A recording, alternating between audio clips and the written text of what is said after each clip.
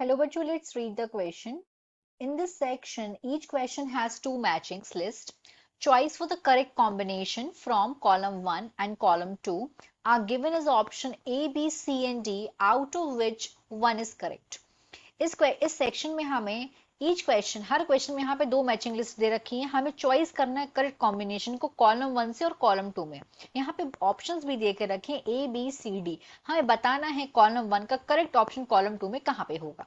तो कॉलम 1 में दे के रखा है ए में बायोटिक रिसोर्सेज, बी में पोटेंशियल रिसोर्स, सी में नॉन रिन्यूएबल रिसोर्स, डी में रिन्यूएबल रिसोर्सेज और ई में ह्यूमन मेड रिसोर्सेज। वहीं कॉलम 2 की बात करें तो कॉलम 2 में 1 में दिया है टेक्नोलॉजी, 2 में दिया है एनिमल्स और 3 में दिया है कोयल, 4 में दिया है सोइल और 5th में दिया है high speed wind.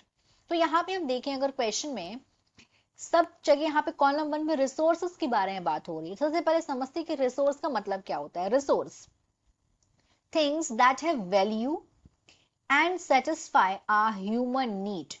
For example, water, fruits, sunlight, etc. कि ऐसी चीजें जिनमें वैल्यू हो और सेटिस्फाई कर सकें ह्यूमन की जरूरत को, इंसान की जरूरत को, जैसे कि वाटर, फ्रूट और सनलाइट। ये हो गया रिसोर्सेस का मतलब। अब हम बात करते हैं क्वेश्चन की। यहाँ पे ए में बोला गया है बायोटिक रिसोर्स। तो बायोटिक रिसोर्स का मतलब क्या होता है? Obtained from biosphere and have life. कि जो बायोटिक रिसोर्सेज हैं ये ऑब्टेन होते हैं बायोस्फीयर से और इनकी लाइफ होती है।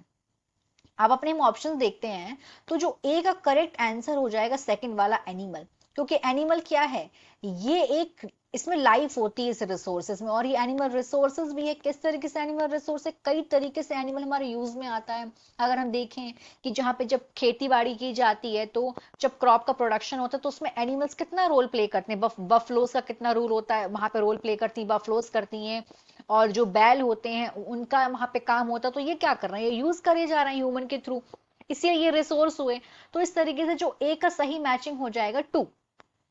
बी पे आते हैं पोटेंशियल रिसोर्सेज की। पोटेंशियल रिसोर्सेज का क्या मतलब है देखते हैं। Available in a region but are not fully used. कि ये एक जगह पे अवेलेबल तो होते हैं एक रीजन पे, लेकिन ये पूरी तरीके से इनका इस्तेमाल नहीं किया जा रहा है। तो इस तरीके का जो रिसोर्स है वो है high speed wind. High speed wind इसका एक एग्जांपल है कि ये अवेलेबल तो है एक रीजन पे, लेकिन अभी इनका यूज नहीं किया जा रहा है। सी में है non renewable resource. Non renewable जो रिसोर्सेज होते हैं हैव लिमिटेड स्टॉक। जो इनका जो स्टॉक है वो लिमिटेड होता है। अगर एक बार खत्म हो जाएगा तो दोबारा से इस रिसोर्स को आने में सालों लग जाएंगे, हजारों साल लग जाएंगे। एग्जाम्पल के लिए पेट्रोलियम हो गया, कोयल हो गया, ये इनका कुछ एग्जाम्पल हो गए। तो सी का करेक्ट मैच हो जाएगा थर्ड, दैट इज कोयल। कोयल क्या है? इसका एक लिमिटेड स्टॉक है, अगर एक बार खत्म हो गया तो उसको दोबारा से बनने में हजारों साल लग जाएंगे। डी में है रिन्यूएबल रिसोर्स। तो चलिए समझते हैं इसका मतलब क्या होता है। गेट रिन्यूड और रिप्लेस्ड क्विकली। कि जो रिप्लेस्ड क्विकली, कि जो ये जो रिसोर्सेज हैं ये बहुत जल्दी से रिन्यू हो जाते हैं और फटाफट ये बन भी जाते हैं अगर एक बार खत्म हो जाए तो इसका सही यहाँ पे इसका सही मैच होगा सॉइल। कि जो सॉइल अगर एक बार खत्म होती तो ऐसा तो है नहीं कि सॉइल पूरी खत्म हो जाएगी, दोबारा से इसको बनने में ज्यादा समय नहीं लगता है। अब ई में है human made resources. when human are when humans use natural things to make something new that provide utility and add value। कि जो ह्यूमन है जब वो यूज करते हैं नेचुरल थिंग को, उससे कुछ अलग चीज, एक कुछ नया बना देते हैं और उसको प्रोवाइड करते हैं यूटिलिटी और उसमें वैल्यू को ऐड करते हैं। तो ऐसे रिसोर्सेज को बोला जाता है ह्यूमन मेड रिसोर्सेज, क्योंकि जो ये रिसोर्सेज है ये किसने बनाए? ये ह्यूमन ने बनाए। अब जो जैसे कि अगर हम बात करें सोने की, तो सोना अगर उसको प्रॉपर तरीके से सोने को नहीं बनाया जाएगा तो सोना किसी काम का नहीं होगा। सोना कहाँ होता है?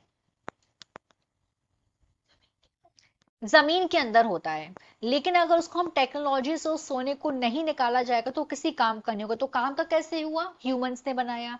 तो इस तरीके से इसका सही मैचिंग क्या होगा? 1, दैट इज टेक्नोलॉजी, क्योंकि टेक्नोलॉजी की हेल्प से तो हम ये करते हैं। अब यहाँ पे हम देखते हैं right, so the right answer is a का सेकंड होगा बी का फिफ्थ, सी का थर्ड, डी का फोर्थ, ई का वन.